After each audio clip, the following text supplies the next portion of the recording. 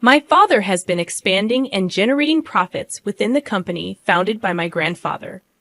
Recently, he promised to transfer a luxurious villa, a mansion, to me. However, I've come to the realization that what's rightfully yours should also be mine as your husband. This mansion is now mine, and I plan to hire you as a housemaid. If you're not on board with that, well, you can always consider divorce. As it turns out, despite the mansion supposedly being in my name, my husband had clandestinely inscribed his own name on the legal papers. Does he genuinely believe that's acceptable? Does he comprehend the potential consequences of such actions? My name is Aaron, and while I don't intend to boast, I was born into a wealthy family. My father, the CEO of several companies, inherited the business from my grandfather, who initially started a small shop repairing and selling TVs and music systems. Over time, the company flourished, expanding into various branches and diversifying into the IT sector. My father's foresight, selling computers and accessories before they gained widespread popularity, proved to be a lucrative move. Besides IT, he ventured into real estate, collaborating with local businesses and actively contributing to community development. My mother served as the vice president of the company, and after studying it in college, I joined the family business. Despite the outward appearance of affluence, we didn't live as extravagantly as portrayed in TV dramas. My father believed in instilling good values, rejecting the notion that spoiling a child aids in their responsible growth. Our family home was spacious, and we had a maid, but as a child, I actively participated in household chores. Dining at fancy restaurants occurred infrequently, and our international travels were limited to once a year, with the majority being local trips. My school life seemed quite ordinary, and it would have been challenging for anyone to guess that my family was affluent. Due to my unassuming demeanor, I dated guys within my age group, just like any other girl. Among them, Michael, who later became my husband, was one of my colleagues at the same workplace. During those times, I worked as a sales representative and office manager at an IT-related shop, and Michael was also a sales rep there. I chose not to disclose that my father was the CEO to my coworkers, making it easier for Michael to approach me. I noticed that he was straightforward and had no reservations. Although I didn't seek extravagance, I'd always suggested places within Michael's budget.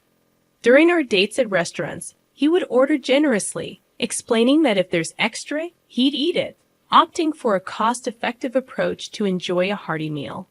Some might have considered him a bit frugal, but I found it endearing. Unbeknownst to him, I earned several times more than he did, content with my fair compensation for the responsibilities I held. I unconsciously became accommodating. Michael, always keen on budget-friendly ways to satisfy his appetite, received my gestures with gratitude. During our dates, I'd often bought extra food or thoughtful gifts, knowing he would appreciate them. When shopping for clothes, I would add extra socks for him, and on occasions when I got a new bedspread, I'd include pajamas and a pillow for him. I genuinely enjoyed making him happy. Even when visiting his home, I willingly cooked for him and took care of the cleanup. Out of the blue, Michael proposed to me one day, expressing that there was no one better than me. At that moment, I hesitated, harboring reservations. After all, my father was the CEO of a major company, and he held a prominent position at my current workplace. I feared that if Michael were to discover this, he might reconsider our relationship. Deciding to take Michael to my parents' home for the first time, I aimed to introduce him to my family and disclose everything about our background. If he accepted it all, I would be more than willing to marry him. As Michael's inaugural visit to my family home approached, he appeared visibly nervous. However, my dad, though strict on occasion, generally exuded a calm demeanor. When I presented Michael as the man I was contemplating marrying, my father welcomed him with a warm smile, alleviating some of Michael's tension. Although surprised to learn about my father's CEO status, Michael managed to navigate the visit smoothly with my father's supportive demeanor. Upon leaving the house, Michael exclaimed about the enormity and magnificence of the residence, expressing gratitude for my father's kindness. He even suggested that we could get along well. When I casually mentioned my dad's ownership of additional buildings and a vacation home, Michael appeared more astonished. Despite the revelation, he resolved to marry me, the daughter of such a prominent man, and I agreed wholeheartedly. Eventually, we became a married couple. However, something bothered me. At the moment of accepting his proposal, I noticed a slightly mischievous grin on Michael's face for a split second. Dismissing it as his quirky way of smiling, I didn't dwell on it, but perhaps had I paid more attention, I could have averted the impending tragedy. As Michael and I moved into a typical, not overly luxurious apartment, he seemed to grasp the significance of my father's status. Yet I never explicitly disclosed my income, maintaining a modest lifestyle. Gradually, Michael's demeanor changed after settling in. While I balanced work and household responsibilities, he started demanding more. One evening, as I prepared dinner, he asked, "What's for dinner tonight?" In response, I informed him that I had prepared his favorite curry rice. However, to my surprise, he appeared dissatisfied as he sat on the sofa. Letting out a sigh, he expressed his desire for something like a prime beef steak once in a while. This caught me off guard, as he had never complained about my cooking before.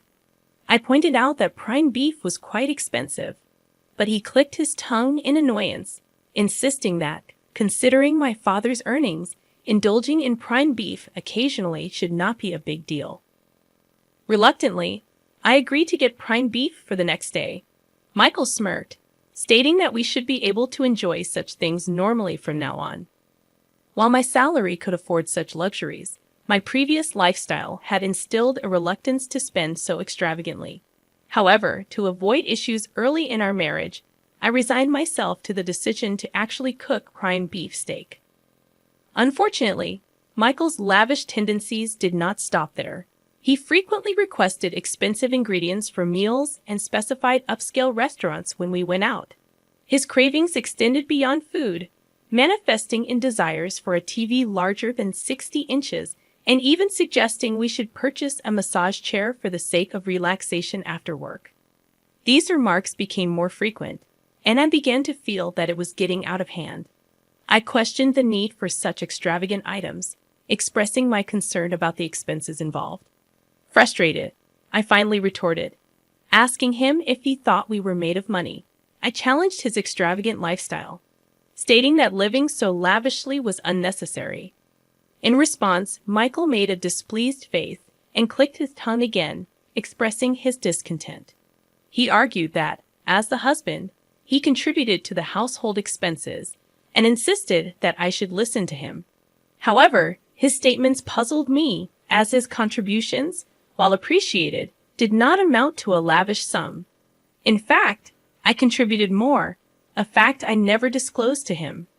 Despite my substantial financial input, he made these assertions without hesitation. This change in Michael's behavior left me questioning his mindset.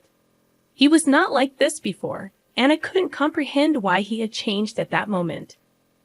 I found myself in a state of confusion, unable to comprehend Michael's recent behavior. In response to his audacious requests, I decided to temporarily appease the situation by telling him, "All right, I'll think about it." Little did I know that the explanation for his bold behavior would become apparent just a few days later. On that particular day, my father summoned me to the office of our shop where I worked, claiming that he had something important to discuss. While Michael was engrossed in his work, my father entered the office and initiated a serious conversation. He expressed uncertainty about how much longer he could continue as the CEO and hinted at the possibility of me taking over in the future. Furthermore, he mentioned transferring the vacation home to me.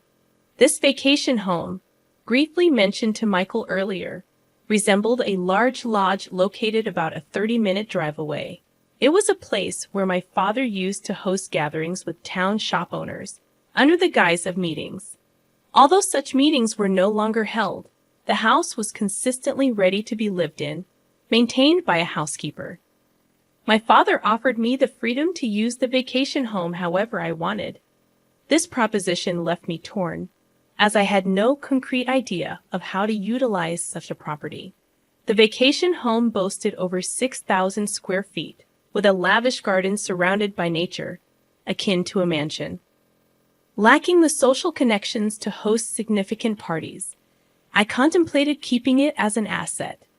I conveyed to my father that I would positively consider his proposal but needed more time to make a decision. He assured me there was no rush and left a contract on the desk before departing the shop. Returning home after work, I leaned towards accepting the mansion, intending to give it further thought the next day. However, the following day brought an unexpected turn of events. Upon arriving at work, I discovered that Michael, who typically arrived before me, was absent from the shop. Intrigued, I entered the office only to find him there. Instinctively, I asked, "What are you doing here?" To my surprise, he flashed a document in my face, stating, "I overheard the conversation about the mansion yesterday. Sounds like an amazing deal, right?" Dumbfounded by Michael's audacious move, I reluctantly signed the document he flaunted, a contract my father had handed me just the day before. Shockingly, Michael had inscribed his own name on it. I was utterly taken aback and couldn't help but express my disbelief. "What on earth are you doing?" I questioned him, but Michael, without a hint of remorse, casually responded, "Why not? Your dad said he's giving away an amazing mansion, right? If you won't decide, I figured I'd take it." He said this with a smirk, but there was no way I could accept it. Persistently, I pleaded with him, emphasizing the house's worth of $4 million and my father's intention to give it to me. However, Michael dismissed my concerns with a nonchalant laugh. $4 million bucks? Dan, that's impressive. Think about it. I have the right to this mansion because you're my wife, and I'm your husband, so I have a right to what's yours. Moreover, your dad really likes me. He probably won't have any complaints. So from today, this villa is my house. If you live in a wealthy house, you've got to make use of it. How about I hire you as a maid in this mansion? If you have any complaints, I'll divorce you any time, he confidently declared. It was at that moment when I recalled Michael's past actions and words, and everything finally clicked. He seemingly had no qualms about taking from others, even if it meant practically stealing without feeling guilty. During our dating days, I always showered him with gifts, but he never reciprocated. My giving nature might have corrupted him, leading him to believe that what was mine was automatically his. My dad's kindness to Michael likely made him feel my father was easy to manipulate, and perhaps he perceived me as even more gullible. With a plan forming in my mind, I decided to confront him. I declared, "Fine then. This mansion is yours, but I'm not going to be your maid. Let's get a divorce. Take care." After that, I returned to my job and, during my lunch break, called a divorce lawyer to initiate the process. Michael, seemingly unfazed, responded with bravado, claiming he was fine with it and canceling the lease on his current place. Little did he know that tragedy was about to hit him, and he just hadn't realized it yet. Later, I went back to my parents' place and shared everything with my father. From that point on, everything unfolded according to my plan.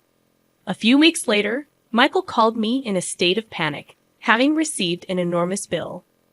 While his shock was understandable, it was only fair, considering the fixed property tax on the $4 million house he had claimed as his own. I casually informed Michael that he should expect to pay around that much for the property tax. However, he appeared utterly clueless, lacking knowledge that paying tax on owned property is common. Normally, my father would have covered the tax if he had received the property, but upon hearing the entire story, my usually calm father was furious. Despite my warnings about my father's strict nature, he declared he can have it if he can afford it, and accepted the property transfer to Michael. To be honest, a part of me wanted Michael to learn a tough lesson, and there was no way he could afford the hefty amount. Frustrated with Michael's persistent pleas, I decided to deliver a final blow. The annual property tax, I revealed, amounted to about $60,000. It dawned on me that Michael always had a mindset of trying to take advantage of his friends, possibly driving them away and leaving him without anyone to teach him common sense.